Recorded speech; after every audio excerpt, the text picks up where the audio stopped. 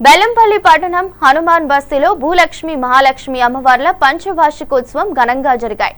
మంచిర్యాల జిల్లా బెల్లంపల్లి పట్టణం హనుమాన్ బస్తీలో భూలక్ష్మి మహాలక్ష్మి అమ్మవార్లు అనగా బోడ్రాయి పంచవార్షికోత్సవ మహోత్సవ కార్యక్రమం బ్రహ్మశ్రీ గొల్లపల్లి రామానందచారి ఆధ్వర్యంలో సోమవారం అమ్మవారికి హోమం జరిపించగా మంగళవారం నాడు బస్తీలోని మహిళలందరూ బోనాలతో వెళ్లి చెరువు గట్టున ఉన్న పోచమ్మ తల్లికి సమర్పించారు.